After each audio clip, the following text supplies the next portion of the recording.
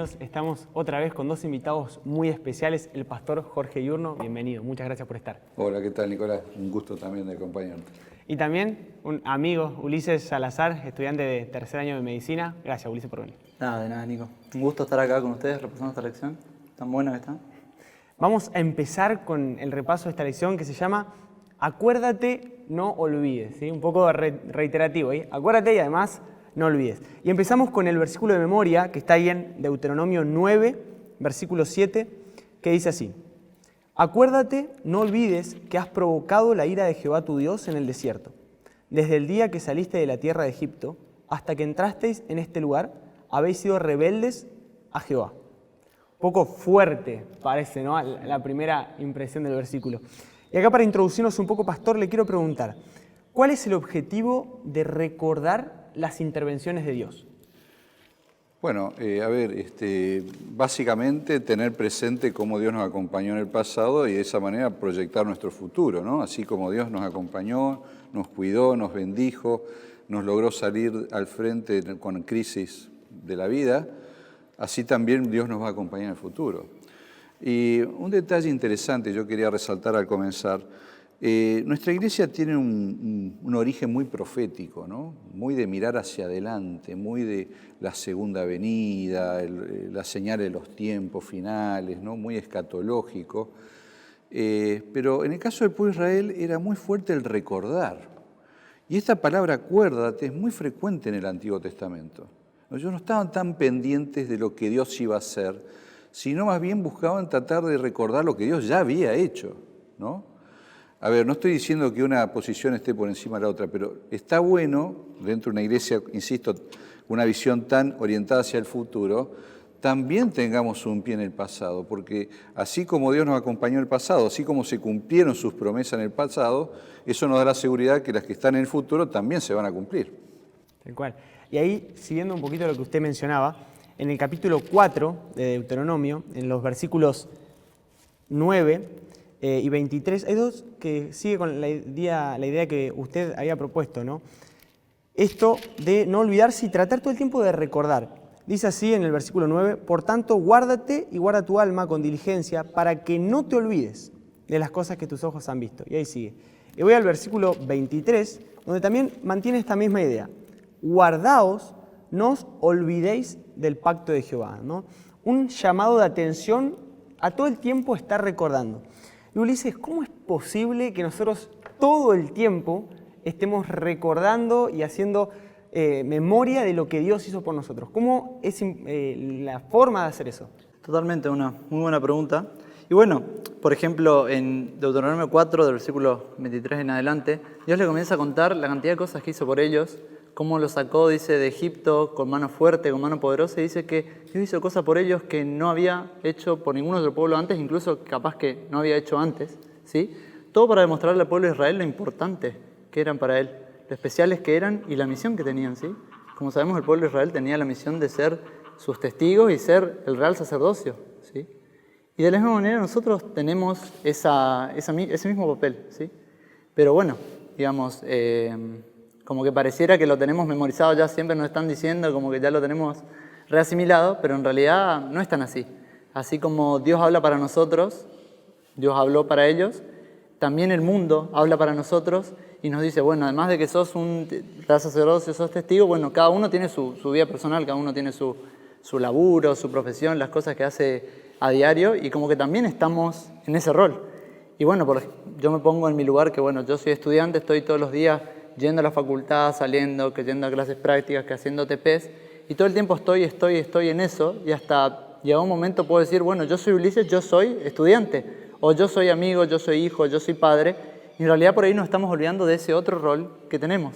Entonces la lección resaltaba mucho que para saber qué es lo que tenemos que hacer y para tener en claro bien qué hizo Dios por nosotros antes, es tener bien claro nuestra identidad. Pero también algo muy clave, que está en el versículo 4.9 creo, que dice que tenemos que contarle a nuestra familia, a nuestros amigos, a nuestros hijos. Y yo por ahí lo pongo no como suspender toda nuestra vida y dedicarnos solamente a ser testigos de Dios, sino que en cada una de esas cosas que también somos, porque bueno, Dios no nos llamó a salir, Dios nos llamó, dice, que estén en el mundo, pero que no sean del mundo, ¿sí? En cada una de esas cosas que también somos, podemos meter esto de ser testigos de Dios. ¿Qué diferencia puedo marcar yo en mi compañero de trabajo si le hablo de Dios, en mis amigos, si tiro una partecita acá, en mis hijos, ¿sí? En cada aspecto de nuestra vida. Y ahí todo el tiempo voy a estar recordando, no solo yo, sino también a los demás, ¿no? La importancia. Leo ahí la referencia que vos hacías, es en el capítulo 6, el versículo 7 dice, se las repetirás a tus hijos y les hablarás de ellas estando en tu casa y andando por el camino, al acostarte y cuando te levantes. O sea, en todo el tiempo, ¿no? Muy importante esto, de con cada cosa que nosotros hagamos poder transmitir lo de Dios y volver a recordar cada una de las cosas que Dios hizo por nosotros, porque también así, recordando lo de antes, vamos a tener más confianza y esperanza para lo que le estemos pidiendo para el futuro, ¿no? Pero a mí me quedó algo, como una duda ahí cuando leía el versículo, porque no te olvides que has provocado la ira de Jehová tu Dios. Yo acá le pregunto, pastor, ¿cómo ver esto sin pensar en la idea de que es una amenaza? Es decir, guarda con Dios, acordate de que despertaste la ira de Él. Sí. Bueno, es interesante también analizar cómo funciona la ira de Dios. A veces es difícil tocar estos temas porque tenemos que describir con palabras humanas sentimientos divinos, ¿no? Pero en varias porciones de la Sagrada Escritura vemos que se describe como ira, y de hecho los acontecimientos que acompañan demuestran un enojo profundo por parte de Dios, inclusive en la vida de Jesucristo, cuando limpia el templo, lo hace 2 veces, uno ve que hay una actitud de una reacción fuerte. Interesante porque en el caso de Jesús, cuando lo crucifican, cuando le ponen la cruz y cuando lo ponen en oprobio, lo escupen, en fin, le hacen un montón de cosas, él no reacciona. Pero cuando ve el templo, la casa de Dios que está siendo, usada en forma totalmente descuidada, él sí reacciona. No con algo con él, sino con algo con el Padre, ¿no? Eso para aprender nosotros, a veces nos enojamos muchas veces por cuestiones que tienen que ver con nosotros, ¿no? Y no con el Padre. Ahora, volviendo al tema de la ira de Dios, muchas veces la ira de Dios se manifiesta simplemente con la inacción de Dios, como decirte, mira, yo te digo, este es mi plan, si haces así te va a ir de esta manera, si cumplís con esto otro vas a librarte de estas otras situaciones, y vos seguís por tu propio camino, decidís tomar otro sentido. Entonces, lo que hace Dios, bueno, yo ya te advertí, así que ahora, a veces la ira es simplemente la inacción de Dios, que deja simplemente que sufra las consecuencias de tus propias decisiones. Cuando normalmente Dios te va acompañando, te va librando, inclusive te ayuda a pasar por crisis. Bueno, alguien que lo rechaza, que lo desprecia, que toma una actitud rebelde, el pueblo de Dios, en distintos momentos, bueno, te dejo librado a tu suerte, ¿no? En una cantidad de situaciones. Yo creo que esa es la mayor ira, digamos, que Dios manifiesta. Simplemente dejarnos librados de nuestra propia suerte y no intervenir a nuestro favor como suele hacer con los que lo siguen, ¿no es cierto? Y también recordar como una especie de decir, bueno, es mi padre, ¿por qué hacerlo enojar, ¿no? Siendo que él me da todas las instrucciones para hacer las cosas bien. Claro.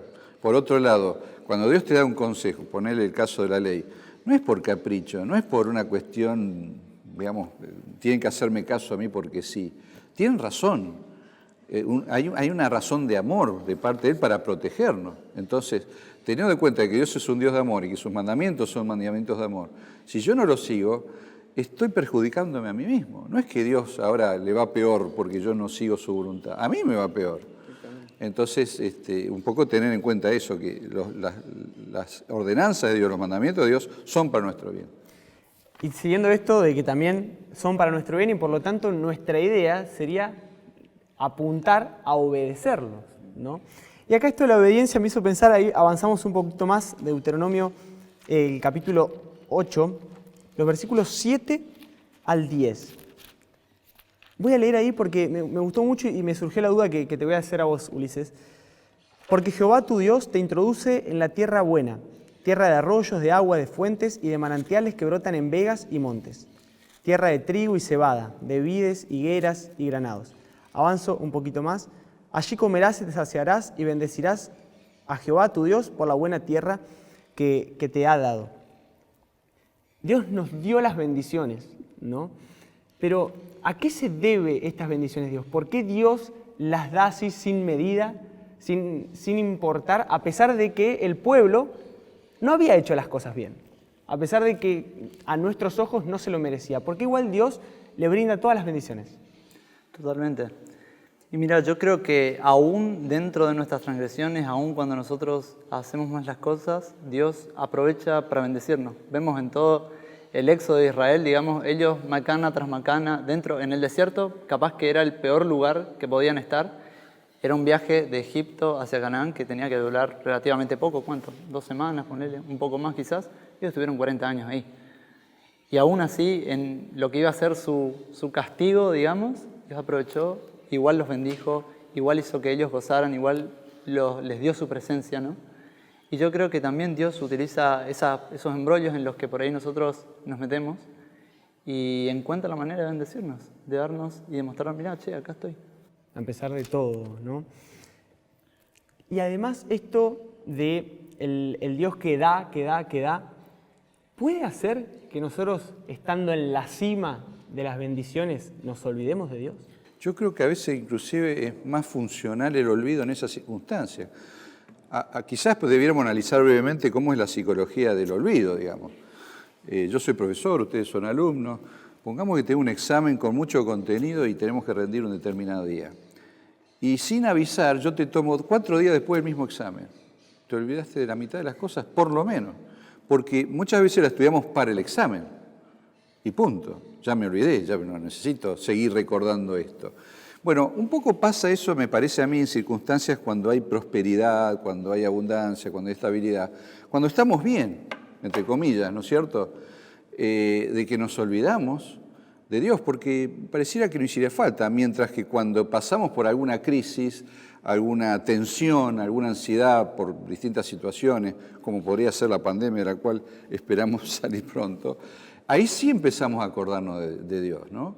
Ahí es cuando buscamos su compañía, su dirección, su protección, porque en otras circunstancias estamos tan bien que ya necesitamos de esa ayuda de Dios, pareciera, ¿no? Bueno, creo que a veces ocurre esto y hay muchas pruebas, ¿no?, a lo largo de las historias de la Biblia y de la historia, nuestras historias, que estamos más pendientes de Dios muchas veces en medio de las crisis que a veces cuando hay prosperidad, ¿no? Entonces me parece que un poco eso fue lo que le pasó al pueblo. Recibe las bendiciones de Dios, entra en el cumplimiento de las promesas que Dios hace y con paso del tiempo empieza a olvidarse, inclusive puede llegar a caer hasta en la idolatría y otras situaciones que uno pensaría que son imposibles para el pueblo de Israel, sí cayeron. Bueno, muchas de esas quizás puramente porque no estaban conscientes de que todas las bendiciones tenían era por la bendición de Dios, ¿no? Yo por ahí quería agregar algo a lo que dijo el pastor, de que, bueno, siempre nos están diciendo, tenés que, en los buenos momentos, tenés que aprovechar y mantenerte unido a Dios para que en los malos momentos te sea más fácil, cuando en realidad vemos que realmente es un poco más fácil en todas estas pruebas que nos toca pasar, estar al lado de Dios, y sin embargo, después en los momentos buenos es en realidad donde más nos cuesta. Y yo creo que por ahí debería ser dar un poco vuelta a ese concepto y decir, bueno, Dios, en esos momentos donde todo está bien, por favor, ayúdame a buscarte a vos, ayúdame a estar con vos, a ser constante, poné constancia en mí, porque realmente son esos los momentos donde se libran las verdaderas batallas. A mí mientras usted hablaba, pastor, me llamó la atención y me hizo acordar una historia del Nuevo Testamento que está en 2 Corintios 12, Pablo, hablando del aguijón de la carne, ¿no? Él estaba contando, vamos un poquito a la lección, perdón, pero él estaba contando esto de que él había visto cómo era el cielo, ¿no? Y él le dice a la gente ahí, permítanme leerle ahí en el capítulo 12, versículo 7, y para que la grandeza de las revelaciones no me exaltara, me fue dado un aguijón en mi carne, un mensajero de Satanás que me abofeté para que no me enaltezca. Porque hasta puede parecer normal, ¿no? Lo uso a Dios pidiéndole bendición para llegar hasta la cima. Y después, es fácil, una vez que estoy en la cima, soy autosuficiente, me olvidé de ese Dios. Y fue lo que vez tras vez le pasó al pueblo de Israel, y es lo que vez tras vez nos pasa a nosotros, ¿no? Señor, por favor, ayúdame con el examen. Paso el examen, mirá cuánto estudié, qué bueno que soy. Me surge un trabajo nuevo, me mandan a una iglesia enorme, qué bien, cómo me lo merezco, tantos años de experiencia, ¿no? Es fácil olvidarse, ¿no? Y por eso también está este recordatorio a esta intención de recordar constantemente, ¿no? Y ahí, teniendo en cuenta esto, Pastor, ¿cómo podemos como iglesia ayudarnos entre todos a mantener vivos estos recuerdos y estas promesas de Dios? Bueno, la iglesia es una familia que está compuesta por familias. Quizás, perdone que yo no enfoque una perspectiva muy familiar, que es una de las materias que me toca dar en la facultad. Pero esto de pasar nuestra fe a la siguiente generación es todo un desafío. Y estamos en un contexto donde la presión social, las redes sociales y todo lo que hay a nuestro rol, contribuye a arrastrar un poco más a otra visión, particularmente a nuestros adolescentes, a nuestros jóvenes. Yo me imagino, ¿cómo harían Abraham, Isaac, Jacob, cómo habrían hecho para tratar de mantener? Me parece que constantemente estaban contándoles las historias, cómo Dios los había acompañado en el pasado. Me imagino en una noche de luna, al lado de una fogata, contar esas historias que para nosotros están escritas en la Biblia, pero que ellos eran protagonistas, de cómo Dios los bendijo, el testimonio personal. Me parece que es altamente poderoso dentro de la familia, cómo Dios nos ha cuidado nuestras familias a lo largo de la historia, cómo ha bendecido para que conozcamos la verdad, de qué cosas nos ha librado el Señor. Todas esas cuestiones me parece son fundamentales y, por supuesto, también los relatos de la Biblia con sus enseñanzas, con sus aplicaciones, con sus valores éticos, morales, etc. Repetir, la Biblia habla mucho de repetir, para acordarnos, la repetición es la madre del saber, o sea, ejercer nuestra memoria en este sentido, porque yo calculo también que uno se olvida cuando deja de tener que esto es algo importante para recordar. Lo que uno tiene como verdaderamente importante te vas a acordar. No te vas a olvidar. No sé, si tenés que rendir un examen bravísimo mañana, no te vas a olvidar. Si tenés fármaco, no te vas a olvidar, ¿no? Si tenés una cita con tu novia, no te vas a olvidar. Pero otras cuestiones por ahí no son tan importantes, ¿no es cierto? Van quedando a un costado. Y creo que esa es un poco la dinámica del olvido.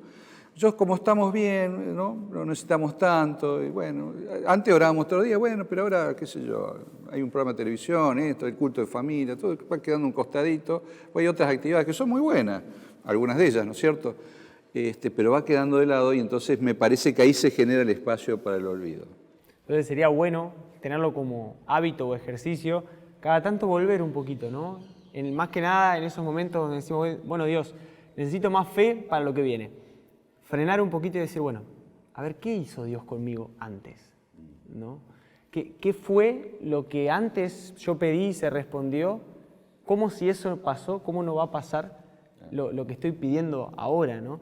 Yo creo que también como iglesia es muy importante y quizás a veces los que somos más nuevos en la iglesia, recordarle quizás a los que están hace más tiempo algunas cositas que si bien son súper trilladas y demás, ¿por qué no vemos de vuelta este tema? Claro. Recordar nuestra época del primer amor también, nuestro entusiasmo, nuestra fe, nuestras ganas de servir al Señor, de hacer algo por el bien de otros, ¿no? Que a veces también se va enfriando mi visión misionera, porque cuando vos haces algo por otra persona, el primero beneficiado es uno mismo. Y estás en la primera línea del mayor acto de milagro que pueda existir, que es el milagro de la conversión. Entonces, al ver la conversión en otros por la obra del Espíritu Santo y uno ser un pequeño instrumento que contribuye con eso, también fortalece nuestra fe, ¿no? Entonces, el estudio de la palabra, el compartir con otros nuestra visión, las enseñanzas de Jesucristo, todo eso contribuye, ¿no es cierto?, la oración, por supuesto, contribuye a mantener viva esa memoria, ¿no?, fresca, que yo esté constantemente recordando lo que el Señor hizo en mi vida. A mí me gustó lo que mencionaba usted, pastor, el hecho de decir, si yo a algo le presto la debida atención o le dedico el debido tiempo para memorizarlo, sea versículos, sea historias de la Biblia, va a ser menos fácil que yo me lo olvide, ¿no? Entonces yo creo que a veces nosotros tenemos mucho tiempo para otras cosas, mucho tiempo quizás para el estudio, mucho tiempo para el trabajo, que si bien puede ser trabajo dedicado a Dios, pero nos olvidamos de recordar a ese Dios que es nuestro Salvador. Y ahí es donde empezamos a desviar un poquito y decir, bueno, ya estoy muy metido en mis cosas, me olvido de quizás lo más importante, ¿no? Y Ulises, acá viene mi pregunta, teniendo en cuenta que nadie puede estar exento de eso. ¿Por qué es tan fácil olvidarnos? Mirá, uno se pone a pensar y O sea, no quiero decir que somos víctimas de la situación, porque también es una decisión personal, pero realmente en la sociedad en la que vivimos, en el mundo en el que vivimos, está realmente diseñado para hacernos olvidar. Y no es algo que sea nuevo, que sea ajeno a Dios, sino que Dios mismo lo dijo. Cuando hablaba en Apocalipsis, cuando hablaba de manera profética, por ejemplo, hablaba de Babilonia, la gran confusión, y realmente vivimos en una gran confusión. Vivimos todo el día a las corridas desde que nos levantamos hasta que nos acostamos. Nos levantamos a las corridas, comemos a las corridas, imagínate. La gente, bueno, antes por ahí se tomaba su tiempo de, preparar la hora del almuerzo.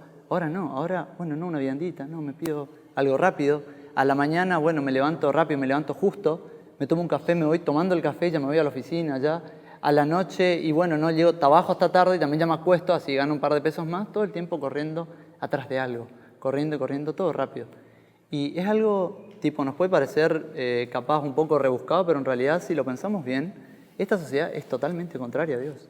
Dios no se maneja así. Dios se maneja, bueno, me tomo una pausa, pienso, reflexiono. Bueno, antes de actuar, ¿qué pasa? Voy, oro. Ejemplo de Jesús. Jesús se levantaba horas antes de que salga el sol y se iba solo él a orar. Nada de lo que él hacía en el día era adrede o porque él lo quería, sino porque así lo decía Jesús. Los profetas orando antes de hacer tantos ejemplos que tenemos en la Biblia. Dios se maneja de una manera totalmente distinta, ¿sí? Y creo que va en eso, que la manera de no olvidarnos es poder tomarnos nuestro momento en el día, nuestros momentos, digamos, de, bueno, vamos en el tren de la vida, sí, estamos en el mundo, pero tener la capacidad de bajarnos en un momento y de quedarnos a reflexionar y mirar que en realidad lo que tenemos delante no es lo que importa. ¿Sí? Por ahí pensamos que acordarnos de Dios es como lo que se nos viene a la palabra, o sea, cuando nosotros pensamos, cuando hablamos así normalmente de la palabra acordarnos, uno dice, bueno, acordarse de Dios como yo me acuerdo de los mandados que tengo que hacer, tipo lo tengo todo el tiempo en la cabeza y espontáneamente sale, mira, tenía que ir a comprar la mercadería, mira, tenía que hacer un TP, mira, tenía que hacer tal cosa. Pero en realidad con Dios no es así, no es algo espontáneo, algo pasivo, sino que algo a propósito, algo activo y algo adrede, que tengo que planear, tengo que apartar un momento para poder reconectar con mis raíces, para poder acordarme de eso que es importante, ¿no? Yo creo que nos falta mucho esto, ¿no? Tomarnos el tiempo para volver. Y ahí entra un poco el tema del hábito también, ¿no? Cuando uno se habitúa a tener ese momento, cuando no es algo, depende del día, si llueve, si hace calor, si tengo trabajos prácticos, exámenes, sino a esa hora, a ese momento y en ese lugar, yo tengo un momento devocional, un encuentro con el Señor, yo abro mi corazón y derramo mi alma, como dice la palabra de Dios, en oración. Bueno, y si eso se hace un hábito, entonces ya es más fácil mantener la memoria, ¿no? Y uno va creciendo. Y entonces también estás en mejor forma para poder compartir tu fe con otra persona, ¿no? Que creo que es lo más importante, ¿no? Poder compartirle esto a los demás. Hemos llegado al fin, hemos tratado de hacer en estos pocos minutos un repaso acerca de esta linda lección. Esperemos que haya sido de bendición, esperemos que haya servido y te invitamos a que vos también puedas compartir este material para que demás personas puedan acordarse de lo bueno que es Dios y el Padre de amor que tenemos. Te invitamos a seguir repasando esta linda lección.